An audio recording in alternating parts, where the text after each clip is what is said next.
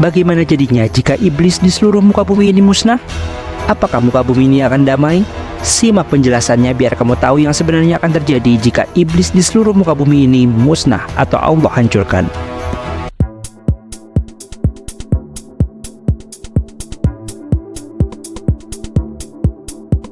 Assalamualaikum warahmatullahi wabarakatuh.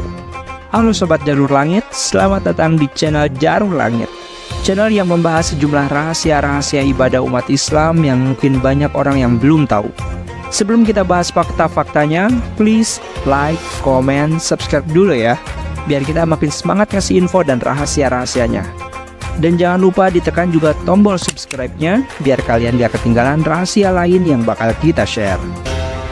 Saat terusir dari surga, iblis berucap dengan nada sumpah untuk menyesatkan anak cucu Adam, sehingga manusia yang tergoda rayuan iblis akan hanyut dalam maksiat kepada Allah.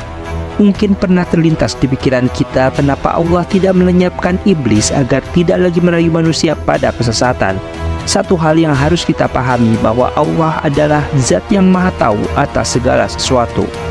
Ketika Allah memerintahkan untuk bersujud, memberi hormat kepada Nabi Adam, iblis adalah satu-satunya makhluk yang menolak karena rasa dengki dan takabur. Dia merasa dirinya lebih baik daripada Nabi Adam. Kebenciannya itu membuatnya memilih untuk durhaka kepada Allah.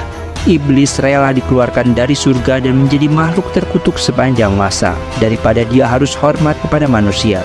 Iblis pun bersumpah akan menjerumuskan manusia agar mengikuti jejaknya.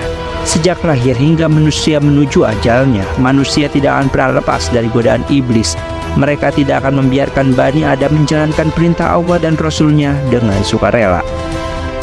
Seperti yang kita ketahui bahwa Nabi Adam alaihi salam awalnya tinggal di surga bersama istrinya Siti Hawa. Namun ia diturunkan dari surga usai terbujuk rayuan iblis. Kisah tinggalnya Nabi Adam alaihi salam dan Hawa di surga hingga akhirnya keduanya terbujuk rayuan iblis dan diturunkan dari surga termaktub dalam sejumlah ayat Al-Quran, di mana Allah Subhanahu wa Ta'ala berfirman dalam surat Al-A'raf ayat 19, yang artinya, Allah berfirman, "Wahai Adam, tinggallah engkau dan istrimu di surga ini, lalu makanlah apa saja yang kamu berdua sukai, dan janganlah kamu berdua mendekati pohon yang satu ini, sehingga kamu berdua termasuk orang-orang yang zalim." Menurut tafsir Ibnu Katsir, pada ayat tersebut Allah Subhanahu wa Ta'ala telah memerintahkan kepada Nabi Adam alaihissalam untuk tidak mendekati suatu pohon yang ada di surga. Kemudian iblis melancarkan tipu dayanya agar Nabi Adam alaihissalam mendekati pohon tersebut yang ia katakan sebagai pohon keabadian. Sebagaimana Allah berfirman dalam surat Toha ayat 120 yang artinya, maka setan membisikkan pikiran jahat kepadanya. Ia berkata, "Wahai Adam, maukah aku tunjukkan kepadamu pohon khuldi atau keabadian dan kerajaan yang tidak akan binasa?" Bisikan iblis itulah yang menjadi awal mula Nabi Adam alaihissalam dan Siti Hawa diturunkan dari surga, sebagaimana disebutkan dalam kitab-kitab tafsir dan kitab-kitab kisah para nabi. Disebutkan dalam Qasas Al-Anbiya karya Imam Ibnu Katsir, Nabi Adam alaihissalam diturunkan dari surga karena terbujuk rayuan iblis untuk memakan buah dari pohon terlarang. Menurut sejumlah ahli tafsir, pohon tersebut bernama khuldi. Para ahli tafsir berbeda pendapat mengenai jenis pohon itu. Ada yang meyakini bahwa pohon tersebut adalah pohon anggur yang memabukkan, ada pula yang menyebutkan sebagai pohon kurma. Menurut sebuah riwayat yang berasal dari Abu Hurairah radhiyallahu anhu, pohon khuldi digambarkan sangat rindang dan bisa menaungi orang-orang di dalamnya. Rasulullah SAW bersabda, "Sesungguhnya di surga terdapat pohon yang jarak tempuh di bawahnya bagi orang yang berkendaraan tanpa henti sama sekali bisa sampai 100 tahun. Nama pohon itu adalah pohon khuldi." Disebutkan dalam tafsir Kementerian Agama Republik Indonesia, setelah Nabi Adam dan istrinya menyadari bahwa telah melanggar perintah Allah dengan memakan buah larangan itu, ia pun langsung menyesalinya dan merasa kecewa karena membenarkan rayuan iblis dan terperdaya kata-kata manis musuhnya itu.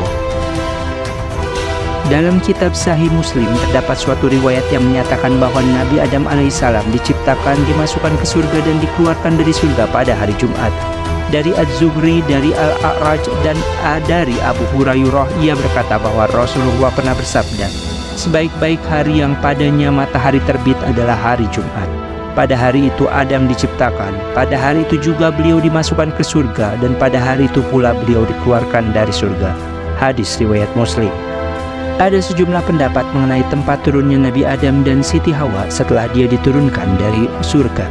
Menurut arsip Detik Hikmah, menurut riwayat Ibnu Hatim yang berasal dari Ibnu Abbas, Nabi Adam mendarat di suatu tempat yang disebut Dahna. Tempat ini terletak di antara kota Mekah dan kota Taif.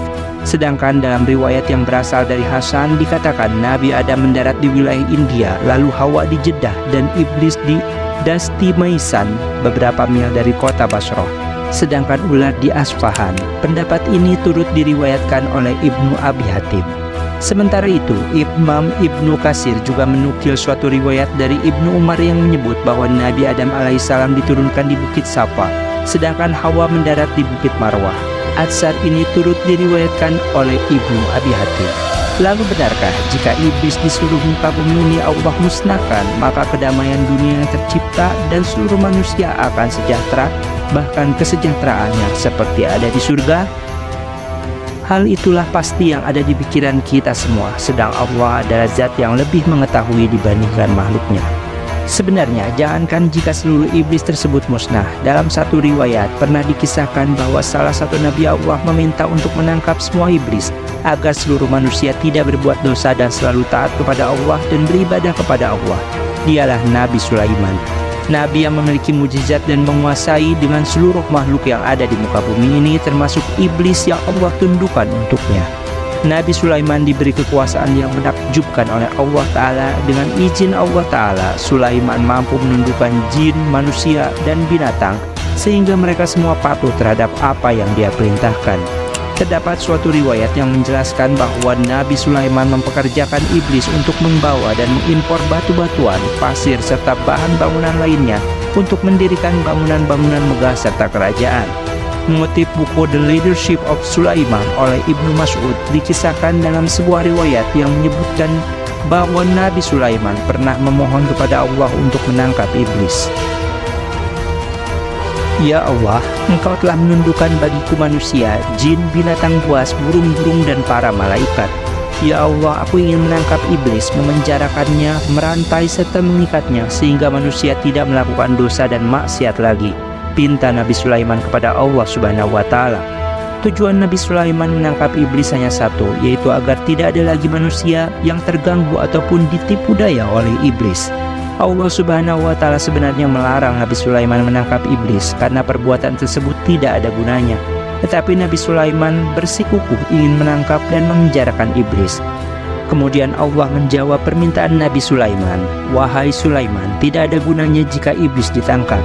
Nabi Sulaiman pun kembali meminta, "Ya Allah, keberadaan makhluk terkutuk ini tidak ada kebaikan di dalamnya."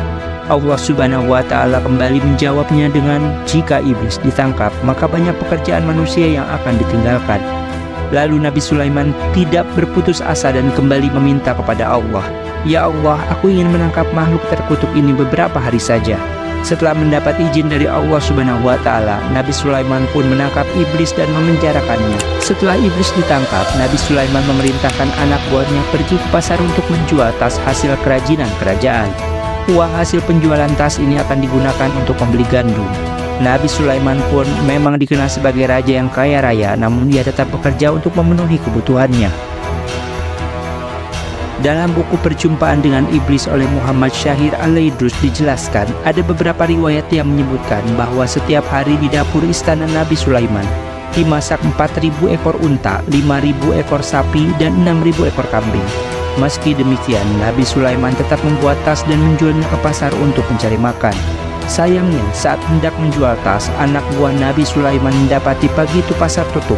Tidak ada satupun orang yang berjualan. Atas kejadian tersebut dilaporkannya kembali kepada Nabi Sulaiman. Nabi Sulaiman bertanya, "Kenapa bisa begitu? Apa yang terjadi?" Dan tidak ada jawaban. Setelah peristiwa itu berlangsung beberapa hari, Nabi Sulaiman akhirnya memutuskan untuk bertanya kepada Allah, "Ya Allah, apa yang sebenarnya terjadi? Kenapa orang-orang tidak bekerja mencari nafkah?" Dan Allah Subhanahu wa Ta'ala menjawab, "Wahai Sulaiman, engkau telah menangkap iblis itu, sehingga akibatnya manusia tidak bergairah bekerja mencari nafkah. Bukankah sebelumnya telah aku katakan kepadamu bahwa menangkap iblis tidak mendatangkan kebaikan?" Iblis yang ditangkap Nabi Sulaiman berhenti menggoda manusia sehingga manusia tidak lagi bersemangat mencari hal yang bersifat duniawi. Dan seluruh manusia hanya memikirkan tentang akhirat dan juga ibadah kepada Allah Subhanahu wa Ta'ala. Akhirnya Nabi Sulaiman pun segera melepaskan iblis, dan keesokan harinya orang-orang kembali pada aktivitasnya di pasar, membuka kios, bekerja, serta mencari nafkah untuk kehidupan duniawi. Jadi Allah lebih mengetahui segala sesuatu, dan Allah lebih mengetahui tentang apa yang Dia ciptakan, termasuk penciptaan iblis yang semuanya memiliki makna dan juga memiliki tujuan dari penciptaan tersebut. Dan tidaklah Allah menciptakan jin dan manusia melainkan untuk beribadah kepada Allah Subhanahu wa Ta'ala. Wallahu a'lam bishawab.